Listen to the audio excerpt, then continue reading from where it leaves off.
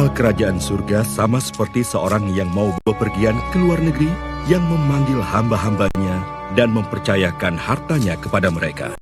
Yang seorang diberikannya 5 talenta, yang seorang lagi 2, dan yang seorang lain lagi 1, masing-masing menurut kesanggupannya, lalu ia berangkat. Segera pergilah hamba yang menerima 5 talenta itu. Ia menjalankan uang itu, lalu beroleh laba 5 talenta. Hamba yang menerima 2 talenta itu pun berbuat demikian juga, dan berlaba 2 talenta. Tetapi hamba yang menerima 1 talenta itu pergi dan menggali lubang di dalam tanah, lalu menyembunyikan uang tuannya. Lama sesudah itu pulanglah tuan hamba-hamba itu, lalu mengadakan perhitungan dengan mereka. Hamba yang menerima 5 talenta itu datang dan ia membawa laba 5 talenta. Katanya, "Tuan, 5 talenta Tuan percayakan kepadaku. Lihat, aku telah beroleh laba 5 talenta." Maka kata tuannya itu kepadanya, "Baik sekali perbuatanmu itu, hai hambaku yang baik dan setia. Engkau telah setia dalam perkara kecil, aku akan memberikan kepadamu tanggung jawab dalam perkara yang besar. Masuklah dan turutlah dalam kebahagiaan tuanmu." Lalu datanglah hamba yang menerima 2 talenta itu, katanya, "Tuan, 2 talenta Tuan percayakan kepadaku. Lihat, aku telah beroleh laba 2 talenta."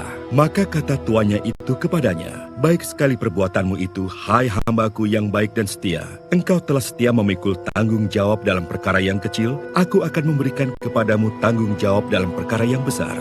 Masuklah dan turutlah dalam kebahagiaan tuanmu." Kini datanglah juga hamba yang menerima 1 talenta itu dan berkata, "Tuan, aku tahu bahwa Tuan adalah manusia yang kejam, yang menuai di tempat di mana Tuan tidak menabur, dan yang memungut dari tempat di mana Tuan tidak menanam.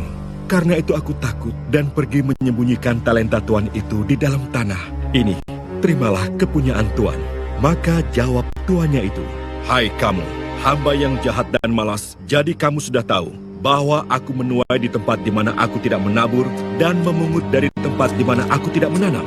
Karena itu sudahlah, seharusnya uangku itu kau berikan kepada orang yang menjalankan uang, supaya sekembaliku aku menerimanya serta dengan bunganya. Sebab itu ambillah talenta itu daripadanya dan berikanlah kepada orang yang mempunyai 10 talenta itu. Karena setiap orang yang mempunyai, kepadanya akan diberi, sehingga ia berkelimpahan. Tetapi siapa yang tidak mempunyai, apapun juga yang ada padanya akan diambil daripadanya. Dan campakkanlah hamba yang tidak berguna itu ke dalam kegelapan yang paling gelap. Di sanalah akan terdapat ratap dan kertak gigi." Saudara-saudariku yang terkasih di dalam Tuhan kita Yesus Kristus, seorang ibu guru SD bertanya kepada salah seorang muridnya, coba sebutkan orang-orang berbakat yang kau tahu." "Oh, gampang Bu. David Copperfield, Naomi Campbell, Michael Jackson, Madonna, Jackie Chan, Agnes Monica," katanya lancar.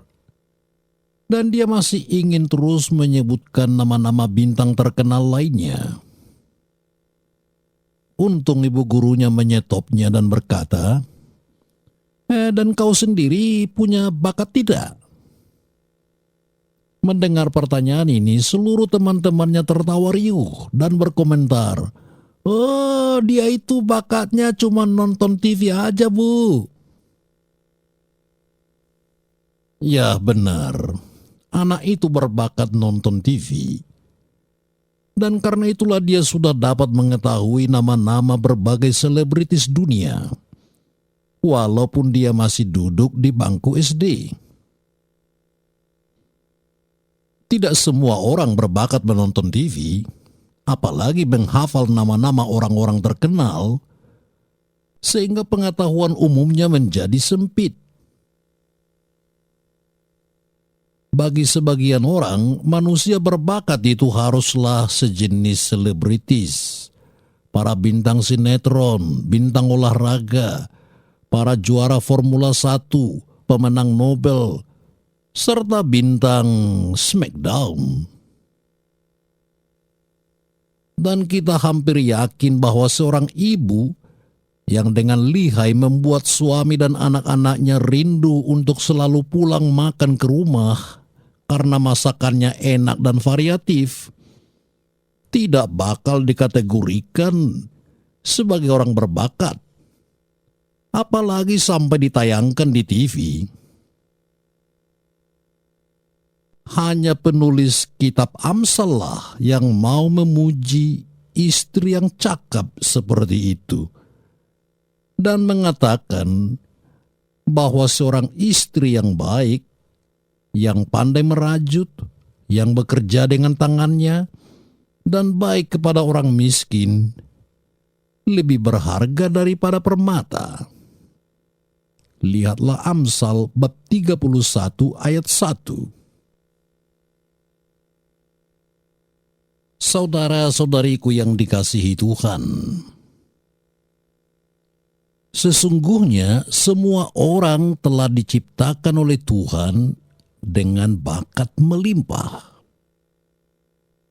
Ya, hanya saja tidak semua manusia mampu dan mau memanfaatkan bakat-bakatnya dan kesanggupannya sepenuhnya. Menurut penelitian para ahli, kebanyakan manusia hanya menggunakan 10% daripada kemampuan mentalnya. Padahal Tuhan telah memberikan setiap manusia sebuah potensi untuk dikembangkan menjadi sebuah aktus, kemampuan berbuat. Namun banyak dari manusia yang bertindak seperti hamba yang menerima 1 talenta, menggali tanah dan menguburnya, dan mengembalikan talenta yang sama ketika tuannya datang kembali menagih hasilnya. Misalkanlah bahwa Anda seorang pembalap mobil Ferrari yang digaji sangat tinggi untuk bertanding di sirkuit, tetapi hanya menggunakan 10% dari kemampuan total mobil balap tersebut. Para pemilik dan para sponsor Ferrari akan marah besar dan segera memecat Anda karena tidak memanfaatkan seluruh kekuatan mobil balap itu, padahal telah didesain untuk berlari di atas 250 km per jam. Saudara-saudariku, kebanyakan orang-orang sederhana memang kurang menghargai pemberian Tuhan dan mengatakan bahwa Tuhan itu kurang adil dan pelit karena memberikan kelimpahan terhadap orang-orang tertentu, sementara dia hanya diberikan sedikit saja. Manusia memang suka membanding-bandingkan dirinya dengan orang lain, dan karena itu menjadi kurang bahagia. Tuhan telah menciptakan manusia dengan pemberian dan bakat yang berbeda, dan itu semuanya mempunyai tujuan tersendiri. Setiap manusia lahir dalam keluarga yang berbeda dan dalam kondisi yang berbeda pula. Pengaruh seseorang tidak sama dan kesempatan yang dimilikinya pun berbeda. Walaupun Tuhan memberi setiap orang secara memadai dan mencukupi. Namun manusia begitu gampang merasa dianaktirikan oleh Tuhan dan mencemburui mereka yang hidup dengan penuh glamor, seperti para selebritis yang begitu gampang mendapatkan uang dan segala sesuatu. Media massa, terutama televisi, berperan mempertontonkan gaya hidup para selebritis yang sangat menggiurkan banyak orang. Meskipun dalam kenyataannya, hidup personal mereka mungkin kosong, dan hidup mereka sering tidak bahagia, seperti yang dipikirkan oleh orang lain. Saudara-saudariku yang terkasih di dalam Tuhan kita Yesus Kristus, Apa yang sebenarnya dituntut oleh Tuhan dari kita adalah kemauan kita untuk menggandakan berkat dan kemampuan yang telah diberikan Tuhan. Kalaulah dalam pandangan dunia ini kita tidak mempunyai suatu talenta khusus yang dapat dibanggakan, ya seperti bakat bermain tenis, main sulap, menjadi presenter TV, pemain bola, penulis, dan lain-lain. Toh Tuhan telah memberikan kepada kita bakat bawaan, seperti talenta untuk mencintai, yakni kemampuan untuk berbagi dengan orang lain.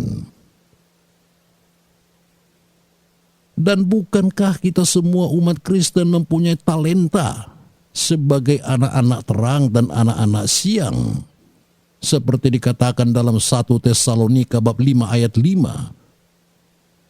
Dan dengan demikian bertugas melakukan kebaikan dan menghindarkan kejahatan, sehingga kita sungguh-sungguh menjadi citra sejati Allah.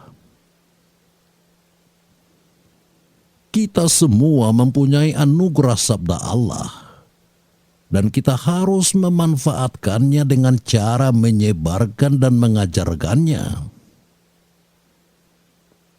Semua kita diberi talenta dasar untuk menjadi adil, sehingga kita perlu berjuang merontokkan ketidakadilan dan berusaha menyemaikan bibit-bibit keadilan di dalam hati setiap orang.